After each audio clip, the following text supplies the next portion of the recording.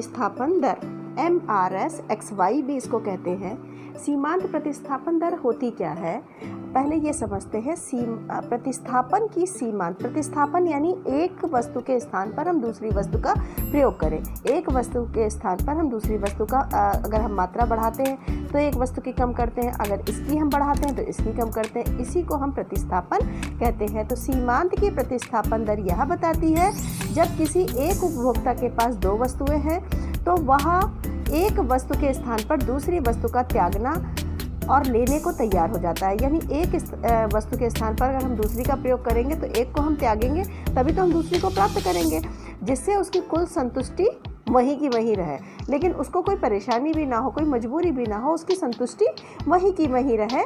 इसको हम एक तरह से दूसरी भाषा में समझते हैं कि अगर प्रतिस्थापन की सीमांत उत्पादन स्तर के स्थिर रहते हुए दो उत्पत्ति के साधन, जो हमारी दो उत्पत्ति के साधन है, वो प्रतिस्थापन की सीमांत दर को बताती है। उत्पत्ति के दो साधन, कोई भी उत्पत्ति के दो साधन हैं, वो विभिन्न संयोगों में समान उत्पादन करते हैं। दोनों साधनों की विभिन्न मात्राओं के साथ उत्पादन करते हैं। यदि किसी एक संयोग विशेष से दूसरी पहले की जो है या दूसरे वस्तु की संयोग विशेष में अगर उसको त्यागना या लेना पड़ता है, वहीं पर हम इसको कहते हैं कि ये सीमांत प्रतिस्थापन दर है, और जहां उसको संतुष्टि भी बराबर की मिल रही हो। ठीक है ना। तो x वस्तु के साधन y वस्तु की, x वस्तु के साधन में y वस्तु की सीमांत प्रतिस्थापन दर का अर्थ है x की अतिरिक्त इकाई, x की जो हम इन दोनों के बीच में अतिरिक्त इकाई ले रहे हैं, और y वस्तु की कितनी हम इकाई त्याग रहे हैं, इसको ही MRS कहते हैं। एक बार फिर से समझ लो, x वस्तु में जैसे इसमें हम देख रहे हैं, तालिका के द्वारा समझते हैं कि x वस्तु जो है इसकी हमने अगर एक इकाई बढ़ाई है तो हमने एक का अंतर किया, और y वस्तु की हमने क्या की है, 5 इकाई कम की है, तो 5:1। ये हमारा MRS/XY ये A का संयोग बनता है। ऐसे ही B में देखते हैं, B में हमने 1 इकाई बढ़ाई है और इधर हमने 4 इकाई करी है, तो 4:1। C में क्या किया है, 1 इकाई बढ़ाई है और इसमें 3 का त्याग किया है, तो 3:1। ऐसे ही अगले में देखते हैं, इसमें 1 इकाई बढ़ाई, इसमें 2 का त्याग किया है, तो 2:1। ये इसका MRS/XY ये इसका सीमांत प्रतिस्थापन दर है।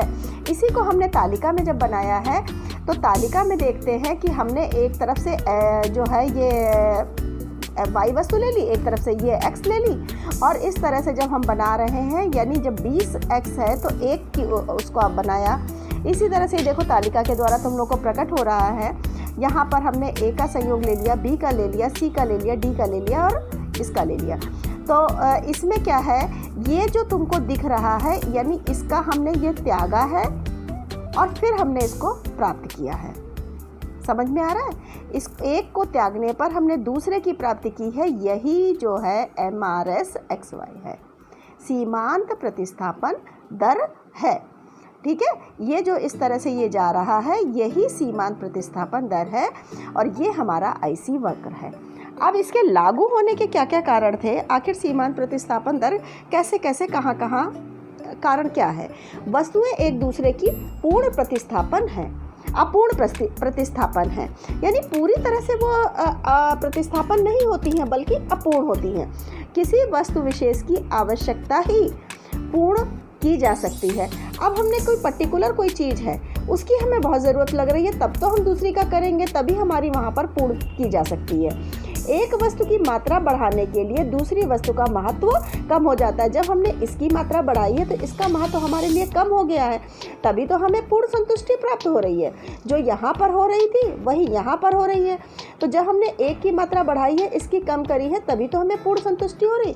तो एक वस्तु की मात्रा बढ़ाने के लिए दूसरी वस्तु का क्या होता है, महत्व कम हो जाता है। एक वस्तु का उत्पादन बढ़ाने से दूसरी वस्तु की आवश्यकता संतुष्टि करने की शक्ति में बढ़ोतरी नहीं होती है कि इसको हम बढ़ाएं तो इसकी बढ़ोतरी करें, तो वो बढ़ोतरी नहीं होती है। ठीक है। अब इसके कुछ एक अपवाद भी आते हैं कि पूर्ण प्रतिस्थापन वस्तुएं, जहां पर पूर्ण प्रतिस्थापन वस्तुएं हमेशा स्थिर होती हैं। ठीक है।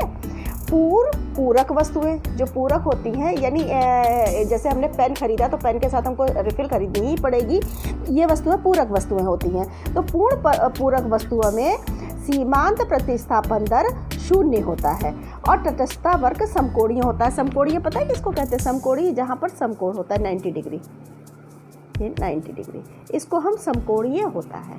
ठीक है।